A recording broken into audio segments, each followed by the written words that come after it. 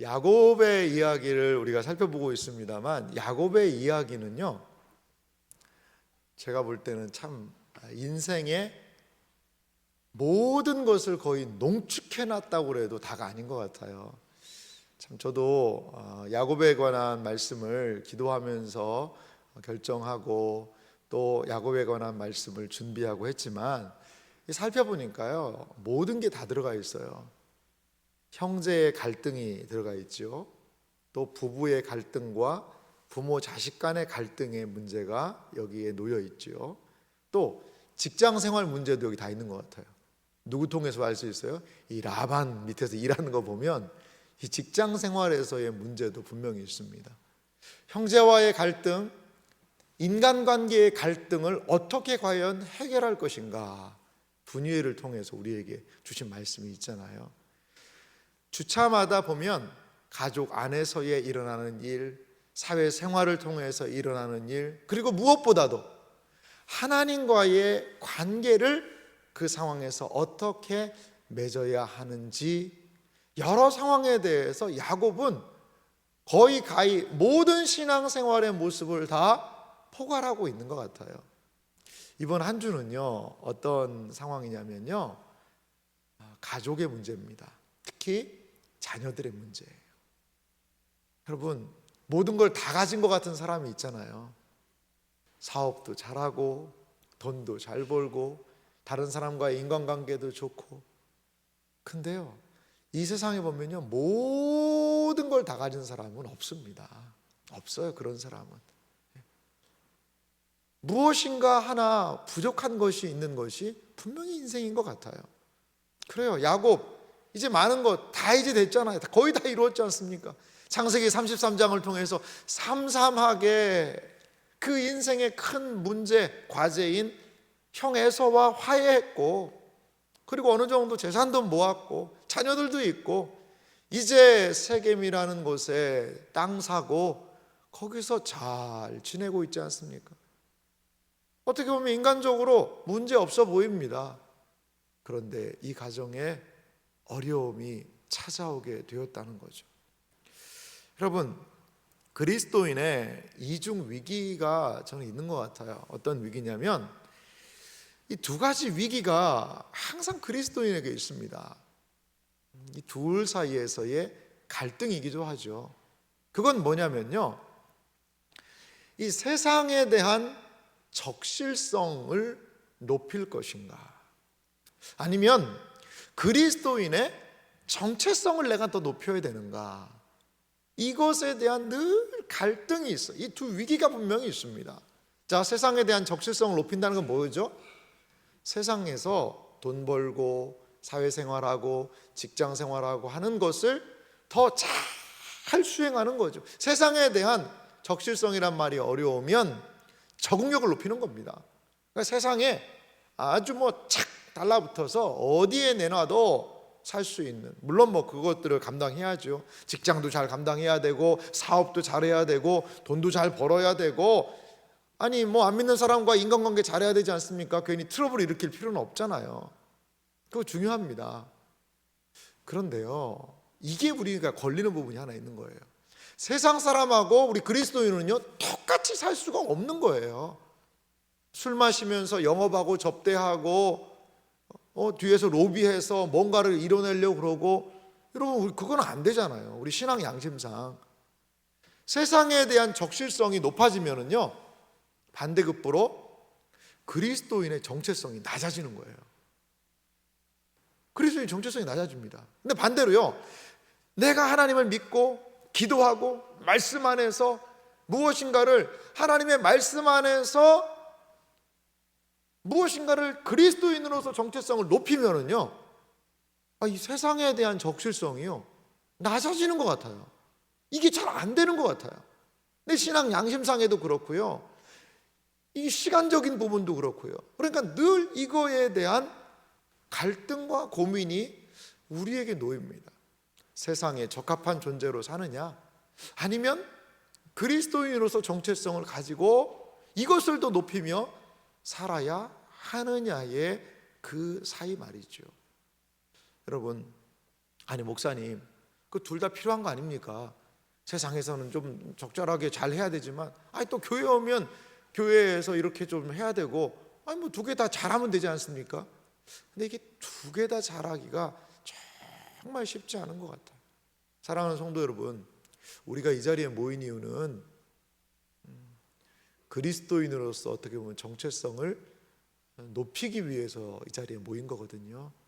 그런데 여러분, 하나님께서 그리스도인의 정체성을 높이게 될 때 하나님께서 분명하게 우리의 문제를 새롭게 볼 수 있는 시각을 저는 주실 수 있다고 봐요. 너희는 먼저 할 일이 있다고 그랬죠. 너희는 먼저 그의 나라와 그의 의를 구하라. 그리하면 이 모든 것을 너희에게 더하시리라. 적실성과 정체성 사이에서 갈등하고 있는 우리에게 어떻게 보면 주님은 못을 박아 주셨다는 사실을 기억할 필요가 있습니다. 그래도 우리의 마음이 흔들려요. 그래도 왜? 이 세상에 살고 있기 때문에. 오늘 이 가정, 이 문제로 저는 이 가정이 지금 흔들리고 있다라는 생각이 들거든요. 문제의 시작은요, 보는 것에서 있었습니다. 무엇을 보았을까요? 창세기 34장 1절 말씀 보면 이렇게 시작되고 있어요. 레아가 야곱에게 낳은 딸 디나가 그 땅의 딸들을 보러 나갔더니, 여기 디나라는 딸이 있습니다. 아직 베냐민이 태어나기 전이니까 아들이 11명이에요. 근데 딸이 하나예요. 그러면 이 야곱이요, 이 디나를 야곱이 디나를 엄청 사랑하고 아꼈다 이런 표현이 성경에는 없어요. 하지만 그래 참 귀하지 않았을까 이런 생각이 들어요. 아들 11에 딸 하나니 얼마나 이 야곱이 볼 때 디나가 귀한 딸이었을까요? 저희 부부, 저는 사실 제가 친고모가 없습니다. 친고모가 없는 게 왜냐하면 저희 할머니가 아들만 낳으셔서 그래요. 저희 아버지 형제분이 아들만 7입니다. 아들만. 그래서 저는 제 친고모가 없습니다. 그래서 저희 할머니는 딸을 못 낳아서, 그 당시에 그 딸을 못 낳아서 조그만 할아버지한테 핀잔을 들었다는 얘기가 있긴 하더라고요.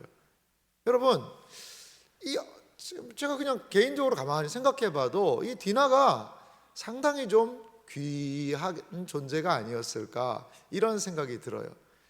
그런데 조금 성경의 표현을 보면, 다시 이 성경 구절을 보세요. 조금은 뉘앙스가요, 이 가정이 뭔가 조금 문제가 있어 보인다는 표현이 1절부터 등장을 합니다. 보십시오. 레아가 야곱에게 낳은 딸 디나. 누가 낳았다고요? 레아가 낳았죠. 근데 보통은 야곱의 딸, 뒤에는 그런 표현도 나옵니다만, 야곱이 레아를 통해 낳은 딸, 보통 이런 식의 이야기들이 많이 있는 것이 사실인데, 이 야곱보다도 레아를 앞세우고 있는 이런 부분들을 보면 이 좀 뉘앙스가, 전체적인 뉘앙스가 그렇게 성경에서는 이 디나를 야곱이 엄청나게 아끼고 이런 부분은 또 아니지 않을까라는 생각이 이 한 단어를 통해서도 좀 보이는 것 같아요. 그런데 디나가 한 행동은 무엇입니까? 그 땅의 딸들을 보러 나갔더니, 우리말은 이게 보러 나간 게 처음 갔는지 두 번째 갔는지 세 번째 갔는지 네 번째 갔는지 이러한 시제라든지 빈도가 이 안에다 포함이 안 됩니다. 부사가 들어가야, 자주라는 이러한 말이 들어가야 이걸 알 수가 있는데, 히브리 원어를 조금 살펴보면 이 디나는 그 땅의 여인들에게 호기심을 가졌고, 이 원어의 의미를 좀 살펴보면 자주 방문을 했던 것 같아요. 정기적으로든지. 그러니까 그 땅의 여자들에 대한, 여인들에 대한 호기심을 가지고 자주 방문을 하는 거죠. 자주 방문을 한 거죠. 제가 그래서 우리 지금의 시각, 우리가 좀 성경을 볼 때 주의해야 되는 거는, 지금의 시각과 관점과 법률적인 상식을 가지고 그 시대를 바라보는 거는 조금은 어려움이 분명히 있어요. 좀 어려움이 분명히 있습니다. 그래서 500년 전에는 이 부분을 어떻게 주석했을까 하고 제가 칼빈 주석을 좀 살펴봤어요. 그러니까 500년 전에 칼빈 선생님 그런 얘기를 했더라고요. 이 디나가 그렇게 그 사람들에게 호기심 가지고 그렇게 집 밖에서 막 너무나 자유분방하게 행동하는 거, 그거 좀 잘못된 거 아니냐. 그 딸을 집 안에서 양육하고 집 안에서 여러 가지 상황을 했으면 더 좋지 않았으니, 이런 식으로 500년 전에 칼빈은 주석을 남겼더라고요. 물론 뭐 그런 부분도 저는 있을 수 있다고 봐요. 하지만 성경에서 구약에 등장하는 여인들을 보면 집 안에만 가만히 있지는 않았던 것 같아요.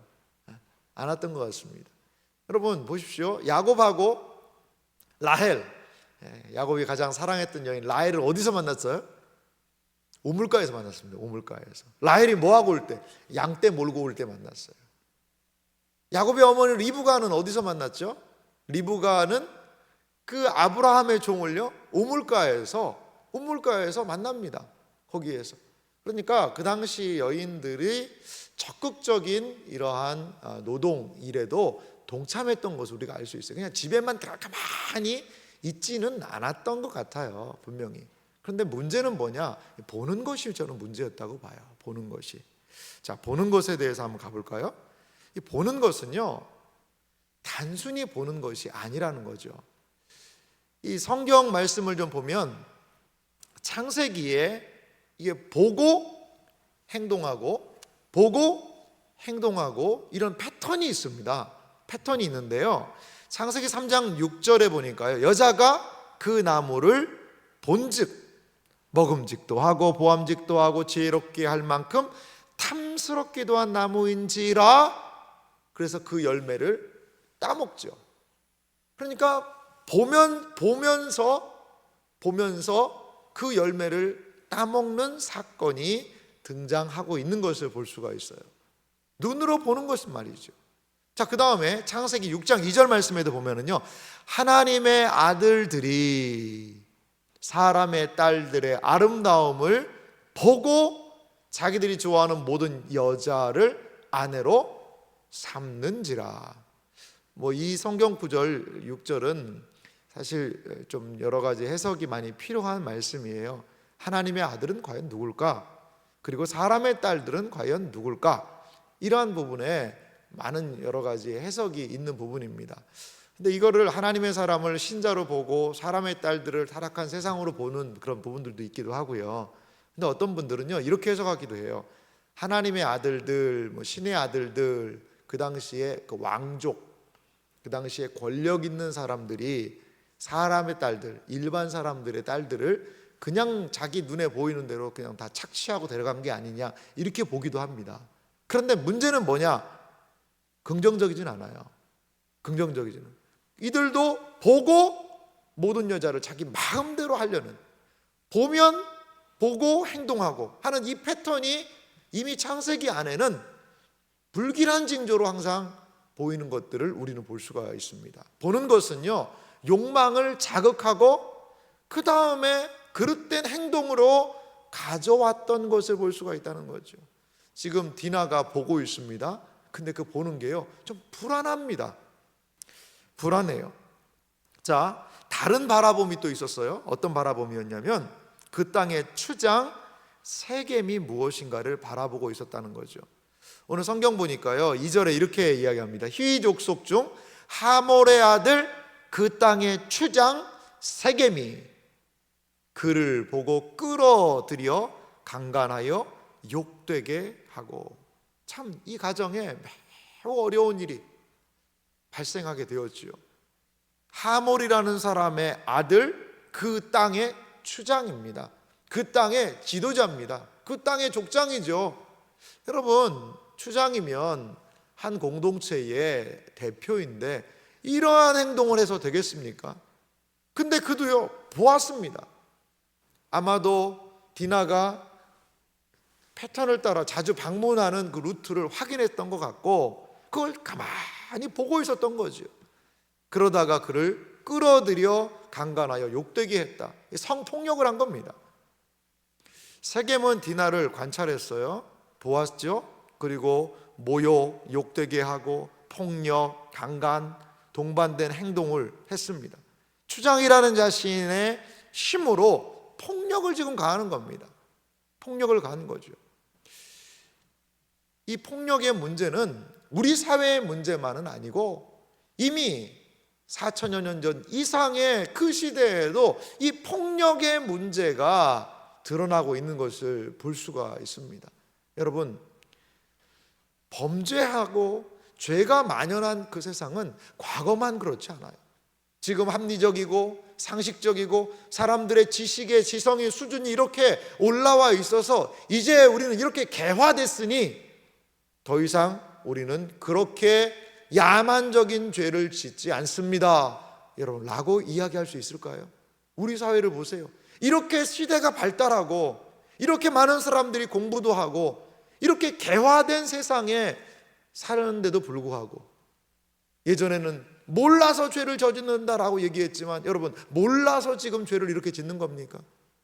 여러분, 죄는 몰라서 알지 못해서 예전에 미개했기 때문에 아니요, 그렇지 않아요. 죄는 우리의 마음 안에 있는 것이고요, 이 인류가 범죄한 것에 대한 어떻게 보면 결과물일 수 있죠. 여러분, 이렇게 발달되고 세계의 평화를 서로 존중하며 살아가는 지구촌 시대에 여러분, 전쟁이 웬 말입니까? 참 충격이었지 않습니까? 러시아가 정말 우크라이나를 그렇게 침공해서 아직까지도 그 전쟁이 진행되지 않습니까? 이런 시대에 아무런 이유 없이 전쟁이라는 이름하에 그냥 무고한 사람들, 아무런 죄도 없는 사람들을 죽이는 상황을 우리는 지금 언론을 통하여 TV로 보고 있습니다. 이게 100년 전의 일이 아닙니다. 지금 우리 시대의 일입니다. 죄의 문제는 인류가 어떻게 보면 이건 해결할 수가 없는 그러한 상황 아닐까요? 이미 성경에서도 창세기에서부터 이러한 죄의 모습을 우리에게 보여주고 있습니다. 그런데 이러한 죄의 시작이 바라봄, 욕망을 추구하는 것에서 일어나고 있다는 것을 우리는 볼 수 있습니다. 사랑하는 그리스도인 여러분, 우리의 눈은 무엇을 보고 있습니까? 우리의 눈이 무엇을 바라보아야 합니까? 욕망의 시선, 그것이 있다면 그 시선을 내려놓고 그 시선을 갈보리 십자가 주님을 향하여 우리의 시선이 나아가기를 주님의 이름으로 간절히 소망합니다. 이러한 어려움이 일어났어요. 그러자 야곱과 그 아들들의 반응을 우리가 좀 살펴볼 필요가 있습니다. 자, 오늘 성경 말씀 보니까요, 창세기 34장 5절은 이렇게 말합니다. 야곱이 그 딸 디나를 그가 더럽혔다 함을 들었으나 자기의 아들들이 들에서 목축함으로 그들이 돌아오기까지 잠잠하였고. 자, 야곱은요, 이 딸 디나의 소식을 듣습니다. 여러분, 딸이, 내 하나밖에 없는 딸이 이러한 상황을 당했는데, 이런 어려움을 당했는데, 여러분, 어느 아버지가 가만히 있을 수 있겠어요? 그런데요, 놀랍게도 야곱은요, 아무런 반응을 취하지 않고 있습니다. 잠잠하게 있는 거죠. 성경은 그 이유를 뭐라고 얘기하느냐? 그들이 돌아오기까지. 아들들이 다 양을 치러 목축을 하러 간 것 같고요, 그 야곱이 이제 혼자 남아 있었던 것 같습니다. 그러니까 내가 혼자 무엇을 할 수 있으랴라는 생각을 했던 것 같아요. 자, 그런데요, 아들들의 반응을 볼까요?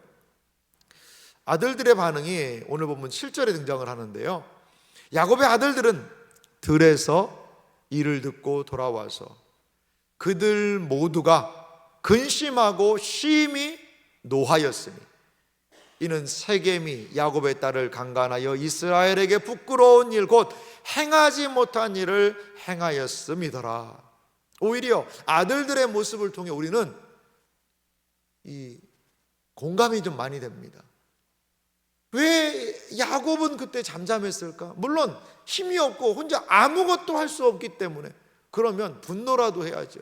그 소식을 들으면 소리라도 질러야죠. 어떻게 감히 이런 일이 있을 수 있느냐. 하지만 야곱은 잠잠합니다. 그런데 그 아들들은요, 모두가 근심하고 심히 노하였다라고 이야기를 해요. 그러면서 이 사건을 이렇게 규정하고 있습니다. 이스라엘에게 부끄러운 일을 행하였다는 거죠. 이것은 단순하게 개인의 문제가 아니라는 거죠. 디나의 문제만이 아니라 우리의 집안, 우리의 족속, 우리의 가문을 욕보였다라는 겁니다. 세겜 족속이 우리 이스라엘 족속을 이런 식으로 대할 수는 없다라는 거죠. 결혼을 원하면 족속 간에 합법적인 절차를 밟든지 여러 가지 상황을 해야 하는데 폭력으로 포갑하고 말이죠. 아들들은 분노하고 있습니다. 여러분, 그렇습니다. 지금 야곱의 모습이요, 조금은 의아하다는 생각이 듭니다. 여러분, 야곱의 잠잠함으로 한번 우리가 살펴볼까요? 야곱은 잠잠하죠. 그의 아들은 심히 분노해요. 문제를 일으킨 아버지 하몰과 그 아들 세겜은 야곱이 아니라 성경의 내용을 읽어보면요, 아들들과 대화하며 이 문제를 풀고 있어요. 그러니까 여러분, 참 놀라운 사실이에요. 지금 이 문제가 터졌으면 그 중심에 야곱이 있어야 되는데, 가장이 있어야 되는데, 야곱은 가장이지만 지금 어떠한 조치도 내리지 못하고 가장의 영적인 권위가요, 상실된 것처럼 보여요. 세겜과 그의 아버지 하몰이 이야기할 때 누구랑 얘기하느냐? 아들들하고 이야기를 합니다. 야곱은 디나에 대해서요, 그리고 하몰과 세겜에 대해서요, 그리고 아들들에 대해서 어떠한 조치도 지금 취하지 못하고 그저 잠잠하고 있다는 겁니다. 여러분, 저는 이 가정에 이러한 어려움의 중심에 가장이 있다고 봐요. 가정에 어려움들이 있어요. 모든 것을 가장의 탓으로 돌릴 수는 없습니다. 하지만 기억하십시오. 그리스도인의 가정들이요, 기억하십시오. 가장은 하나님께서 그 가정에 세우신 목회자입니다. 제사장입니다. 가족의 모든 상황을 책임지고 위해서 기도하며 버텨내야 되는 사명이 있다는 거죠. 나 몰랐다. 아이고, 그거 내가 어떻게 그걸 책임지냐? 나는 몰랐다. 그렇게 이야기할 수 있어요. 하지만 오늘 성경은, 창세기 34장은 적극적으로 이야기하지 않지만 행간의 뉘앙스를 통하여서 야곱을 책망하고 있습니다. 야곱을.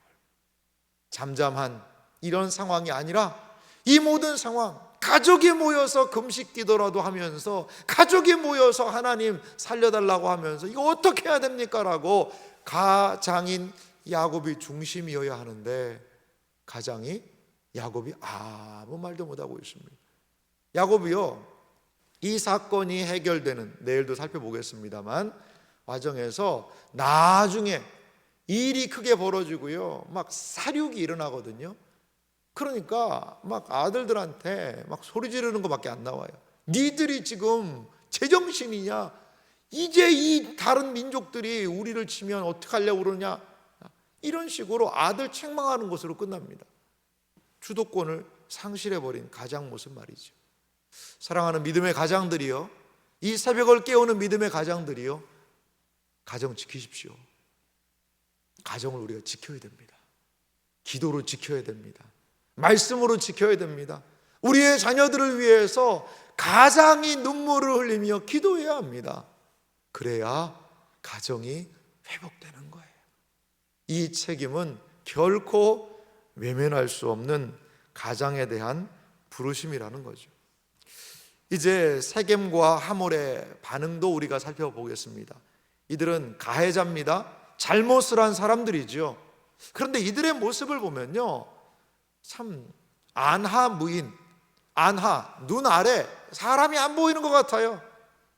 이들의 모습 볼까요? 세겜은 그 땅의 추장으로 힘과 권세를 가진 자입니다.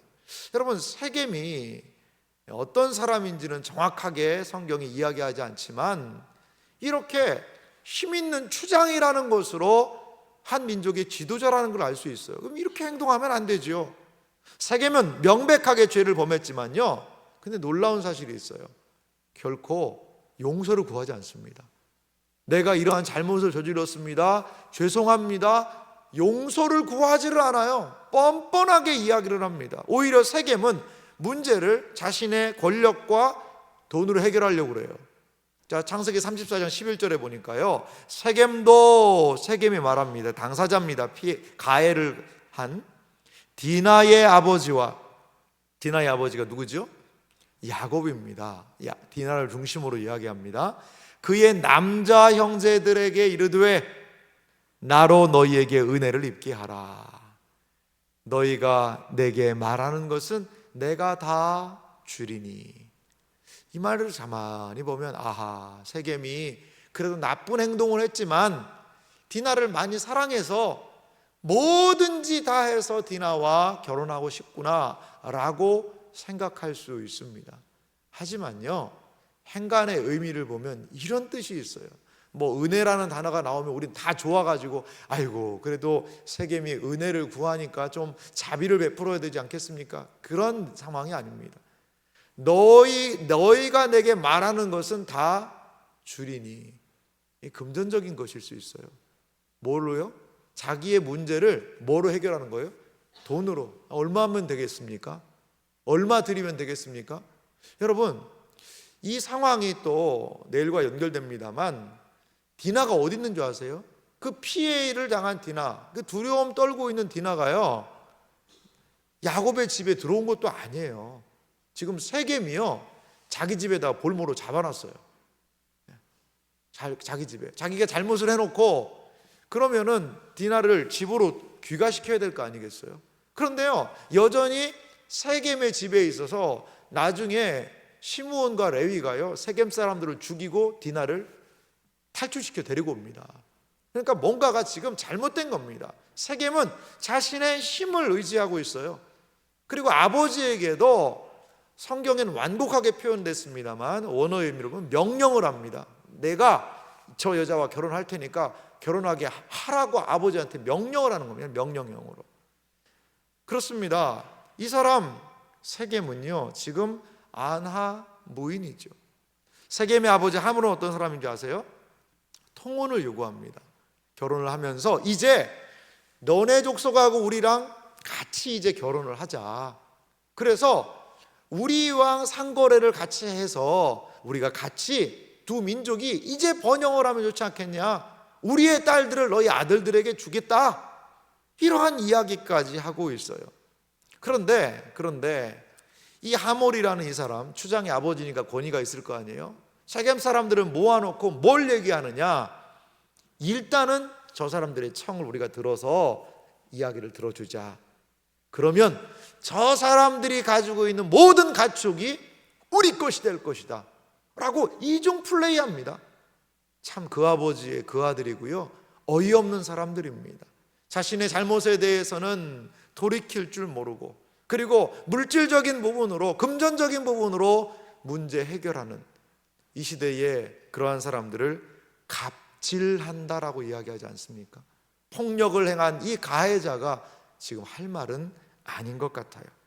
여러분, 창세기의 상황은 매우 어려운 상황입니다. 사실 지금은 법정은 아닙니다. 설교 시간입니다. 이 범죄 재구성하는 시간은 아닙니다만 정말로 너무나도 그 당시에 법 없이 여러 가지의 많은 폭력과 속임과 이러한 것들이 뒤섞여 있는 어려운 상황에 놓여 있는 것을 우리는 볼 수 있습니다. 사랑하는 성도 여러분, 우리는 이 성경을 읽으면서 우리의 마음이 불편합니다. 그리고 왜 성경에 이런 이야기가 있어야 할까라는 의문이 들기도 합니다. 그리고 이것을 바라보는 청소년들에게 이게 너무나도 유해한 것이 아닐까라고 생각이 들기도 합니다. 하지만 하나 알 게 있어요. 성경에 이러한 수치스럽고 부끄러운 역사를 다 빼가지고 예쁜 동화처럼 꾸민다면, 무균실의 아이들을 넣어서 자라게 한다면 그것은 오히려 더 문제일 수 있는 것 같아요. 이 세상은 이렇게 두려운 곳이라는 거죠. 이 세상은 관찰하고 우리를 유혹하고 넘어뜨리려는 세상일 수 있다는 것을 우리는, 또한 우리의 자녀들은 알아야 할 것 같습니다. 또 하나, 저는 왜 하나님께서 이런 성경을 여기서 기록하셨을까, 이것을 생각해 보게 돼요. 여러분, 만약에 이것이 사실 이스라엘이라는 한 나라의 기원에 대한 책입니다. 그 나라가 어떻게 형성됐는지에 대한 책이에요. 그럼 여러분 생각해 보십시오. 내가 이스라엘 나라 사람이라면 우리 조상님에 대한 좋은 일과 과오가 있다면 뭐만 적고 싶겠어요? 뭐만 얘기하고 싶겠어요? 좋은 것만 얘기하고 싶지 않겠어요? 그런데 이러한 수치스러운 역사를 기록한다는 것은 뭐냐? 이 성경이 사람이 인위적으로 조작해서 쓴 글이 아니라는 거예요. 아니라는 거예요. 사람이 썼으면요, 우리 조상님들에 대한 이야기, 야, 후대에 말 나올 거리는 다 빼라, 이렇게 해서 정리를 했을 거예요, 아마. 그런데도 성경은 명확하게 이 집안의 이 수치스러운 이야기, 이스라엘 족속, 이스라엘 나라의 이 수치스러운 이야기를 기록해 놓고 있다는 거죠. 그런 측면에서 성경은 사람이 쓴 책이 아니라 하나님께서 경고로 쓰신 책이라는 것을 우리는 여기를 통하여서도 알 수 있는 것 같아요. 사랑하는 성도 여러분, 오늘 이 무거운 이야기를 통하여서 우리가 생각해 봐야 될 것은 무엇일까요? 저는 오늘 말씀을 좀 질문으로 마무리하고 싶습니다. 세상을 어떻게 살아야 하는가? 우리 그리스도인들은, 우리 신자들은 이러한 유혹과 죄가 많은, 위협과 두려움이 있는 이 위험한 세상을 어떻게 살아야 할까요? 신자는 먼저 무엇을 바라보며 살아야 할 것인가? 우리는 이것을 좀 이 새벽에 우리의 마음에 새겼으면 좋겠습니다. 사랑하는 성도 여러분, 무엇을 많이 바라보고 계십니까? 무엇을 보고 계십니까? 욕망을 따라 바라보는 삶이 아니기를 소망합니다. 바라보다 보면은요, 자칫 넘어질 수 있어요. 우리 사랑하는 청년들, 우리 사랑하는 다음 세대 자녀들이 여기에 많이 와 있는데요, 우리 사랑하는 귀하고 복된 자녀들이요, 무엇을 바라보고 있습니까? 하나님이 기뻐하는 것을 바라볼 수 있는 우리 자녀들이 되기를 바라요. 하나님이 기뻐하는 곳에 머물러 있는 우리의 자녀들이 되기를 바라요. 그래서 하나님이 기뻐하시는 것을 볼 때 하나님이 기뻐하시는 삶이 될 수 있음을 기억하시기 바랍니다. 이 세상은 힘을 과시합니다. 힘을 과시하는 세상의 권력에 어떻게 반응해야 할까? 갑질하는 세상에 우리 놓여 있을 수 있어요. 세상은요, 힘이 있으면, 돈이 있으면 뭐든지 다 해결할 수 있다라는 이 세상에 우리는 돈으로 안 되는 것, 세상의 권력으로 안 되는 것이 있다는 것을 우리 그리스도인들은 알려줘야 될 것 같아요. 그러기 위해서는요, 아무리 돈을 줘도, 아무리 압력을 가해도 그리스도인으로서의 신앙의 양심을 지킬 수 있는 우리가 되기를 간절히 소망합니다. 여러분, 돈 되는 것에 너무 우리의 마음과 생각을 달려가지 마세요. 돈 앞에 굴복하지 맙시다. 하나님을 기억하며 하나님, 이 세상에 대한 그래서 적응력을 키우기보다 그리스도인으로서의 정체성을 키울 때 이 세상에 커 보이는 그 권세 앞에서도 우리가 감당할 수 있는 힘을 하나님 주지 않으실까요? 그렇습니다. 세상에 대한 적실성을 높일 것인가? 신자의 정체성을 높일 것인가? 이것은 이 땅을 살아가는 우리 그리스도인들이 늘 마음에 품고 질문해야 되는 내용이 아닌가 생각이 들어요. 사랑하는 성도 여러분, 그리스도인으로 삽시다. 어려움이 왔을 때, 환난이 왔을 때 그리스도인답게 담대하게 기도하며 분연히 일어납시다. 이 시대의 가장으로, 이 시대의 그리스도인으로, 이 시대에 기도하는 한 사람으로 불러주셨다면 이 세상의 불법, 불의와 맞설 수 있는 담력을 우리에게 달라고 함께 기도했으면 좋겠습니다. 요한일서 2장 15절 말씀부터 보면 우리 그리스도인들이 세상을 살아가는 중요한 관점을 이렇게 표현하고 있습니다. 우리 15절부터 17절 말씀, 우리 하나님의 말씀, 오늘 본문 말씀을 생각하며 우리 같이 한 목소리로 읽도록 하겠습니다. 같이 읽겠습니다. 이 세상이나 세상에 있는 것들을 사랑하지 말라. 누구든지 세상을 사랑하면 아버지의 사랑이 그 안에 있지 아니하니, 이는 세상에 있는 모든 것이 육신의 정욕과 안목의 정욕과 이생의 자랑이니 다 아버지께로부터 온 것이 아니요 세상으로부터 온 것이라. 이 세상도 그 정욕도 지나가되 오직 하나님의 뜻을 행하는 자는 영원히 거하느니라. 아멘. 사랑하는 성도 여러분, 이 말씀을 믿으십니까? 이 하나님의 말씀을 믿으십니까? 그렇습니다. 이 세상도 그 정욕도 어떻게 됩니까? 지나가되 오직 하나님의 뜻을 행하는 자는 영원히 거하느니라. 오직 하나님의 뜻을 행하는 자는 영원히 거하느니라. 세상에 대한 사랑, 그 정욕 지나간다는 것, 이것을 기억하며 비록 이 세상에 살지만 세상과 다른, 세상과 구별된 존재로 살아가시는 복된 생애와 삶이 되시기를, 우리의 또한 다음 세대 자녀들이 되기를 주님의 이름으로 축원합니다.